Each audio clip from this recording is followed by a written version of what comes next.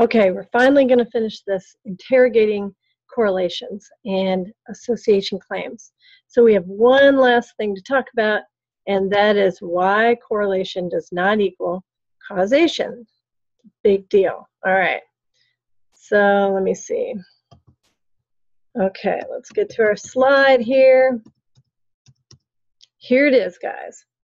So when we have association claims and two variables seem to go together and they have this somewhat predictable relationship, as one goes up, the other goes up, as one goes down, the other goes down, or opposite directions. Sometimes the reason is because there's something else, a third variable, maybe something we didn't even measure, something we didn't think about, that is connected to the two things we're measuring, and it's really, sometimes it's called the lurking variable, the one in the background that's really driving the entire show.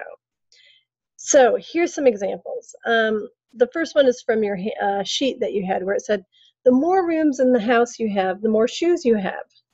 Now, this is an example where it's kind of easy to see where that wouldn't be a cause and effect. I mean, for that to be one causes the other, you'd be making up stories like, oh yeah, because we have all these rooms and what should we do with them? I don't know, let's buy shoes and fill them up. Like, that's ridiculous, right? You would never think that having more rooms makes you go and get more shoes, okay? It's probably something else. Maybe, what could it be? Well, maybe if you have more rooms in your house, more people live there, more people, more feet, more shoes. Okay, well, that makes sense. Maybe if you have a house with lots of rooms, you have money and you spend it on shoes. Okay, that's possible. The thing is, those sound really reasonable, where rooms making you buy shoes doesn't sound reasonable. But really, they're just all correlations. All we did is went out and measured some variables, and we found some kind of predictable relationship. They just don't tell us anything about cause and effect. A really common example is to say, there's a correlation between temperature. As the temperature goes up, two other things also go up, the number of assaults that get reported to police and ice cream sales. All of these things are correlated and associated. Well, yeah. Are they cause and effect? Well, gosh, if it was cause and effect, what would we be saying? Let's see. So the temperature goes up, maybe people get all hot and bothered and they start fighting, and then they have all these black eyes, so they buy ice cream to put on it. It's like, well, no, that's kind of ridiculous. There might be something else. There might be a third variable. Well, I don't know. Maybe temperatures go up in summer. Maybe there's no school in summer. Maybe kids have nothing to do. They get in trouble. Maybe people buy ice cream. That sounds very plausible. But again, it's all just correlational data. It's just things we measure and we notice they kind of go together. Let's see. One of my favorites, the third one, is from an actual study. I believe it was in Japan, and they surveyed households and they asked lots and lots of questions. One of the things that came out of it was as couples own more appliances, so as the number of appliances in your house increases, the number of children decreases. So there's this negative correlation. The more appliances you have, the fewer children. Now, if we were to try and construct some kind of I wonder if that's cause and effect that's underlying that. Think of the ridiculous things you'd have to come up with. Let's see, maybe people who have, appliances, well, they're kind of dangerous and you don't want children around, or maybe they're killing off the children because they get their little hands stuck in the Cuisinart and something. That's ridiculous. Or maybe as you have more children, they keep breaking the appliances, so we just don't own them anymore. That's ridiculous. But there's all sorts of things that correlate with these two variables. Yes, you can find a relationship as the more appliances in the sample in Japan, the more appliances they owned, the fewer children they had.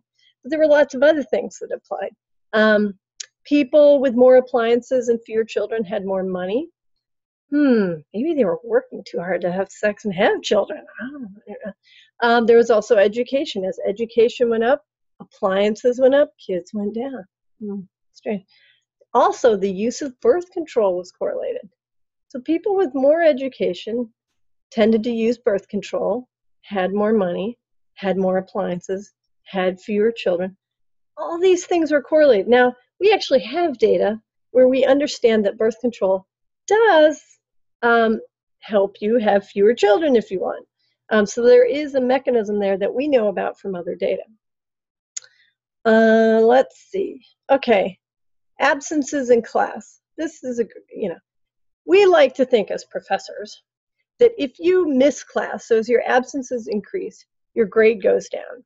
Now we might want to go, oh yeah, that's cause and effect, because clearly class is so important that if you don't come, you don't learn and you do terrible. Well, it's simply correlational data, so we can't claim cause and effect. What else could it be? What third variable could it be? Could it be that the people that do really well in class just also happen to be the people that wake up and come to class, and even if they never came, they'd still do well? Those people, they probably do okay anyway. Maybe there's other things that correlate with this. Maybe if you're missing class, well, you're just not getting around to your assignments either. Or you're putting things off, or who knows. But the thing is, it is correlational data. We went out, we measured it. We didn't control for these alternative explanations, confounding variables, third variables. This is all kind of the same thing. There could be something else out there that is causing this relationship. And we don't know, because we didn't measure everything. We didn't think of anything. We didn't manipulate anything, have a control group, an experimental group. We didn't have this internal validity. It's just not there. And the thing is, correlations are often the only way we can study some things. Sometimes we can't run experiments because it's unethical, or it's impractical, or it's impossible. So we're left with the best we can do is go out and measure variables and see if there's a relationship. We still learn important stuff, but we just don't have cause and effect. And it's really important that you guys remember that. Here's why it's important. This last example, self-esteem and school grades. I've been using this example for a while. So decades ago, people noticed, educators noticed, this probably was just a little after when I was in elementary school, they noticed that elementary students who did not do well in school, were doing poorly in school, also had low self-esteem. Oh, poor babies, right?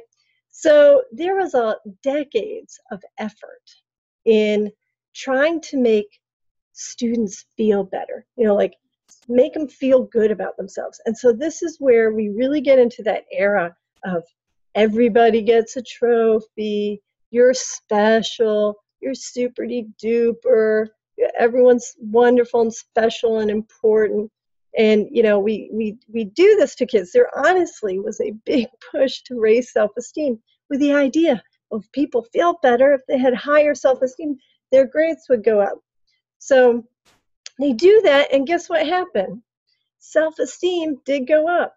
Grades stayed down. Instead of bringing grades with it, if there had been a cause and effect, increasing one would have brought the other one with it, but they were only correlated. So you know what we ended up with? Bunch of kids with terrible grades that thought, that's okay, I'm super duper, I'm special. Grades don't care, they don't measure me. Well, that's because the educators were thinking, hey, it's cause and effect. It wasn't, it's correlation. Now, it could have been a directionality problem. Maybe if you had spent all that effort trying to get grades to go up, it would have brought self-esteem with it. Maybe the cause and effect is there, but it's in the opposite direction. Probably there's a lot of other third variables going on that are related to both of these. Maybe how are things going at home? How involved are the parents? Lots of things. How do the teachers, what are they doing that affects both your self-esteem and your grades? But, these things are happening through another variable, a third variable. All right, hoping that does something for you as far as trying to get this in your brain about correlation does not equal causation. Association does not equal causation. It's also covered in your book. It's a good place to look. So there you go.